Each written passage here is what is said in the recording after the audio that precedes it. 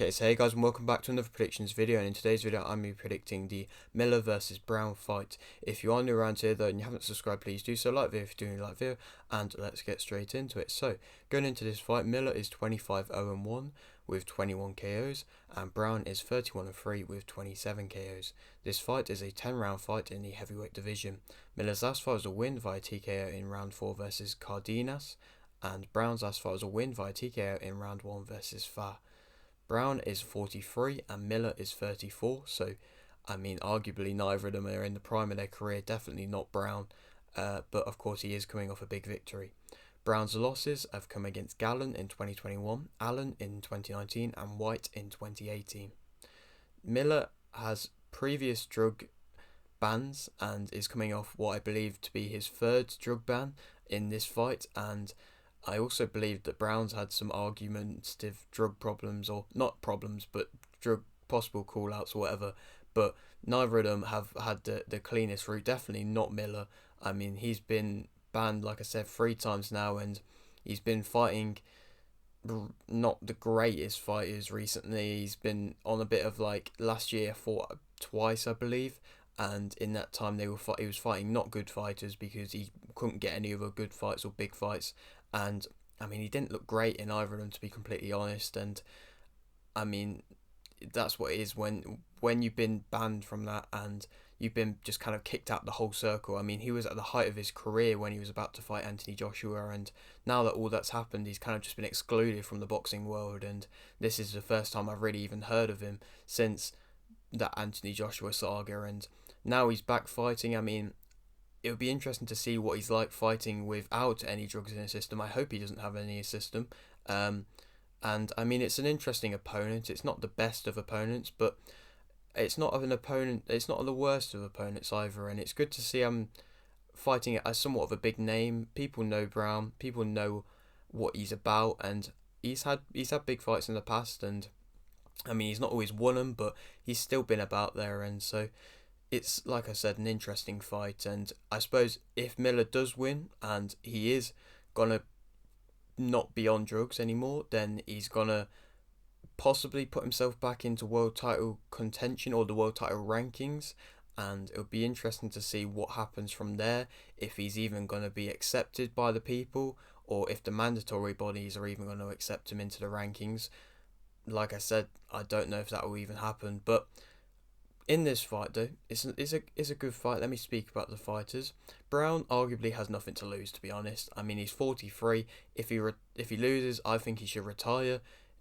If he wins, then it's another win for him, and he can probably fight another few more times. He said he'd like to fight 2-3 more times, so if he wants to do that, then go for it. But I don't want him just to see him losing constantly for no reason. If he loses, then I think he should probably leave. If not, maybe fight once more, and then if he loses again, back-to-back defeats, then I think he should probably retire. Browne has one-punch power. That was shown in the Fa fight. I mean, he knocked him down in the first kind of few punches, to be completely honest, and it was a bad knockdown. I'm surprised the ref even let him continue. It was a bad knockdown.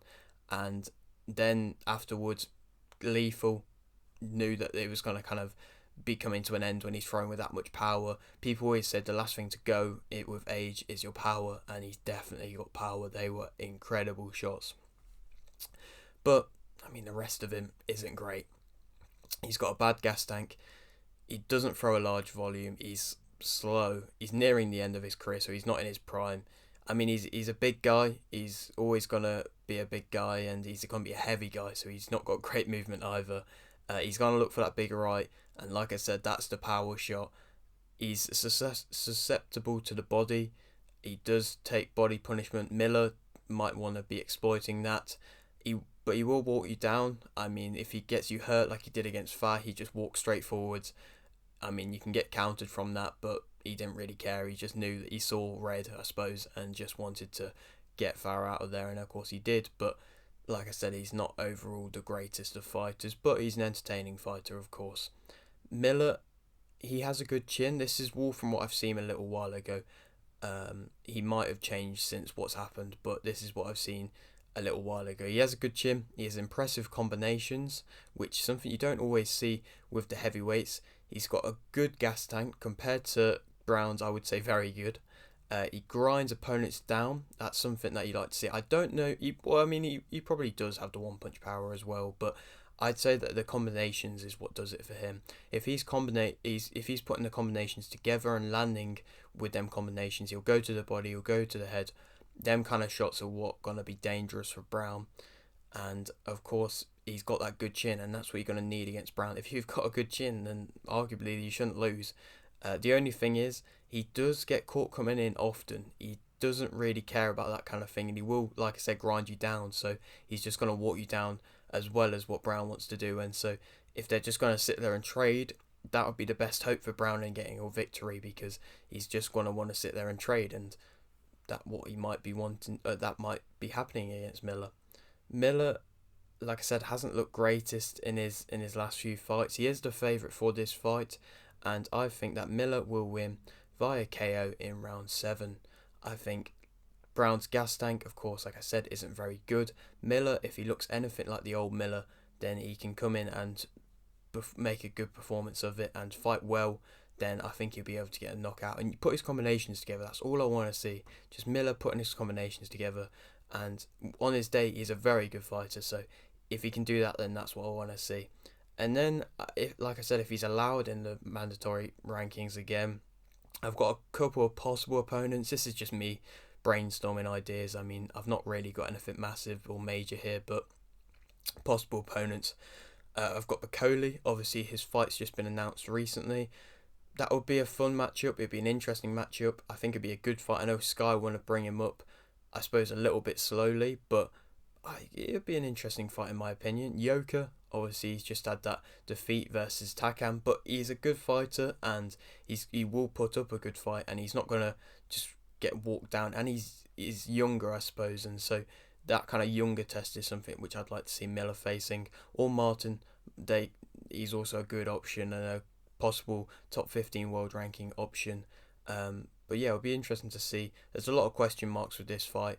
What happens afterwards? And I mean, if Browne wins, then what happens with Browne? He could go on to maybe getting another top 15 title contender shot. It'd be interesting to see. Maybe. I doubt it, but you never know. But yeah, that is it for today's video. Hope you did enjoy. Like the video if you did, like the video, subscribe if you're new, and thanks for watching.